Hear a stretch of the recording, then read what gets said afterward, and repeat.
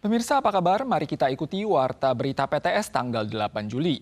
Taifun Danas telah beranjak, namun akibat dampak perkembangan awan konvektif yang pesat, Badan Cuaca Pusat mengeluarkan peringatan hujan lebat untuk 9 kota dan kabupaten di wilayah sentral dan selatan pada pagi hari ini. Hujan lebat yang disertai petir juga turun di Kabupaten Changhua pagi ini, menyebabkan banjir parah di sejumlah tempat. Pelataran kuil Tianhou di Lukang bahkan tergenang air setinggi lutut. Meskipun Taifun Danas perlahan menjauh, awan konvektif tetap berkembang pesat. Tanggal 8 pagi, Kabupaten Changhua dilanda hujan deras disertai petir, menyebabkan banjir parah di banyak wilayah. Pelataran kuil Tianhou di Lukang terendam banjir hingga setinggi lutut. Bahkan tungku pemujaan dan meja sesaji terendam air. 突然间的那个大雨雷雨的部分的话宣泄不及，所以才造成这样子的一个淹水现象。 CWA mengingatkan akan terjadi hujan deras hingga sangat deras sporadis di Kabupaten Changhua, sedangkan wilayah pegunungan di Kabupaten Chiayi dan Kota Kaohsiung akan turun hujan lebat hingga hujan deras sporadis. 从明天开始，后天到周五这段时间，台湾附近的水汽会更为的增多，所以降雨的状况会比今天来的更为明显。在中南部地区出现短暂阵雨或雷雨的时间会逐渐拉长。 Hingga Jumat, cuaca cenderung tidak stabil karena pengaruh depresi dan angin barat daya, terutama wilayah tengah dan selatan, berpotensi diguyur hujan lebat, bahkan hujan deras sporadis. Sedangkan daerah lain diperkirakan akan mengalami hujan lebat sporadis pada sore hari. Dalam rangka menjalani upaya pembersihan pasca taifun, sebagian daerah di Tainan, Kaohsiung, dan Chiayi masih memberlakukan liburan kantor dan sekolah. Taifun kali ini menyebabkan pemadaman listrik pada sekitar 200.000 rumah tangga. Seorang kepala desa di distrik Peimen meninggal di rumah sakit karena alat bantu pernafasannya kehabisan daya listrik. Sementara itu, di saat semua orang sibuk membersihkan rumah mereka, tersebar berita ada yang berusaha mencuri kayu cemara hinoki pada gerbang kuil Nan Kunsen Tai Tien Fu yang runtuh tertiup angin kencang. Sederet tiang listrik patah dan roboh di Yanshui hingga Xingyin di jalur Kabupaten 74. Tanggal 6, Taifun Danas melanda Tainan, menyebabkan Yanshui mengalami pemadaman air dan listrik sejak malam hari hingga saat ini.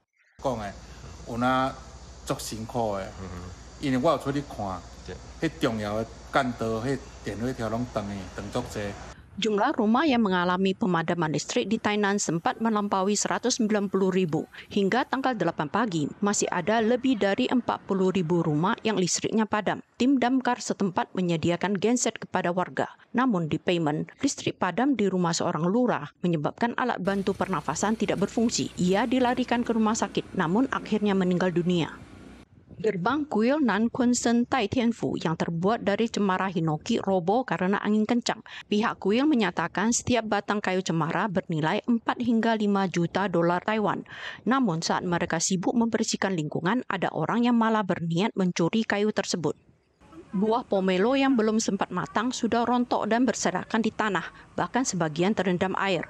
Taifun ini menyebabkan kerugian pertanian yang parah di wilayah Chiayi dan Tainan. Petani menyebutkan sekitar 80% hingga 90% buah jatuh dari pohon. Hasil jeripaya mereka nyaris sia-sia. Tiang listrik di sepanjang jalur Provinsial 19 patah dan melintang di atas jalan. Danas tercatat sebagai taifun pertama yang masuk lewat Chiayi dalam 120 tahun terakhir. Kerusakan yang ditimbulkan sangat parah. 5 tangki penyimpanan gabah, perusahaan pangan di Taman Industri Ichu rusak berat dan peralatan sabuk angkut hancur total. 5.000 ton beras pasokan kebutuhan militer dan bantuan sosial kemungkinan hancur akibat terendam air. Perkiraan awal kerugian melampaui 100 juta dolar Taiwan. Kasus pembunuhan terkait kekerasan dalam rumah tangga terjadi di distrik Tucheng, kota New Taipei kemarin. Seorang pria menyerang istri dan saudari iparnya dengan tongkat dan pisau hingga tewas. Tersangka kemudian melarikan diri ke Changhua sebelum akhirnya ditangkap. Pelaku akan didakwa atas tuduhan pembunuhan. Seorang pria mengemudi mobil sambil mengejar motor, kemudian mengeluarkan tongkat dan pisau lalu menyerang istri dan saudari iparnya hingga tewas. Kasus pembunuhan ini terjadi tanggal 7. Tersangka telah melakukan kekerasan terhadap istrinya berkali-kali. Ia juga melanggar larangan besuk dan pergi ke kediaman istrinya tanggal 6. Walau ia dialihkan ke kantor kejaksaan distrik New Taipei saat itu, jaksa menilai kasus kekerasannya tidak serius sehingga ia dilepas. Tak diduga tragedi terjadi keesokan harinya. Pakar menunjukkan pemberlakuan larangan besuk tanpa didukung dengan mekanisme perlindungan beresiko membahayakan korban. Kawanan ubur-ubur dalam jumlah besar menginvasi dermaga Hualien baru-baru ini. Saking banyaknya hingga para nelayan pun mengatakan mereka belum pernah melihat jumlah sebanyak itu.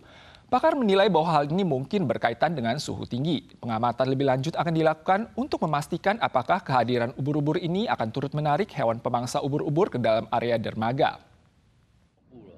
Ubur-ubur semi-transparan mengapung di permukaan laut dermaga Hualien. Jumlah sebanyak ini sudah jarang ditemui dalam beberapa tahun terakhir. Kawanan ubur-ubur ini mulai bermunculan minggu lalu dan mencapai kulminasinya 2 hari sebelum taifun tiba. Banyak orang yang khawatir bahwa pemangsa ubur-ubur seperti penyu dan ikan mola-mola akan memasuki dan terperangkap di dalam dermaga. Kawanan ubur-ubur terkonsentrasi di pelabuhan komersial dermaga Hualien. Petugas dermaga menyampaikan, ubur-ubur ini memiliki tingkat toksisitas rendah dan akan mati secara alami dalam beberapa bulan setelah berkembang biak. Dampaknya terhadap tubuh manusia sangat kecil. Presiden Donald Trump mengumumkan tarif sebesar 25% pada Jepang dan Korea Selatan, serta tarif sebesar 32% dan 36% pada Indonesia dan Thailand tanggal 7 kemarin. Taiwan tidak disebutkan dalam daftar kali ini. Trump sebelumnya mengumumkan bahwa batas waktu sebelum pemberlakuan tarif akan diperpanjang hingga 1 Agustus. Juru bicara Gedung Putih menunjukkan surat pemberitahuan kepada Jepang dan Korea bahwa tarif sebesar 25% akan mulai diberlakukan terhadap kedua negara per 1 Agustus. Presiden AS juga menyampaikan melalui medsos, jika Jepang dan Korea memutuskan untuk memberlakukan tarif balasan, maka Amerika akan menanggapi dengan mengenakan tarif resiprokal di atas 25% seperti yang ditetapkan. AS telah merampungkan kerangka perjanjian dagang dengan Inggris dan Vietnam dan melanjutkan negosiasi dengan Tiongkok. Trump baru-baru ini mengumumkan tarif terhadap 4 negara Asia Tenggara, di antaranya Indonesia 32%, Thailand 36% mulai berlaku per Agustus, sedangkan untuk negara lainnya akan diumumkan secara bertahap. Meski Trump telah memperpanjang batas waktu 90 hari untuk tarif resiprokal hingga 1 Agustus, pakar menilai langkah ini menggunakan tarif sebagai strategi negosiasi, namun beresiko meningkatkan inflasi di AS. Because of the cost that would then be passed on to consumers and the drag that have on economic growth across the United States. Taiwan tidak disebutkan dalam daftar kali ini. Tim negosiasi Yuan Eksekutif masih dalam tahap negosiasi di AS sehingga belum mencapai kesepakatan akhir. Alasan utamanya mungkin adalah batasan impor oleh pemerintah Taiwan terhadap impor daging babi dan sapi serta tarif otomotif AS yang menyebabkan negosiasi ini menemui jalan buntu. Pemirsa sekalian, sekian Warta Berita dari PTS. Kita soal lagi di lain kesempatan. Sampai jumpa.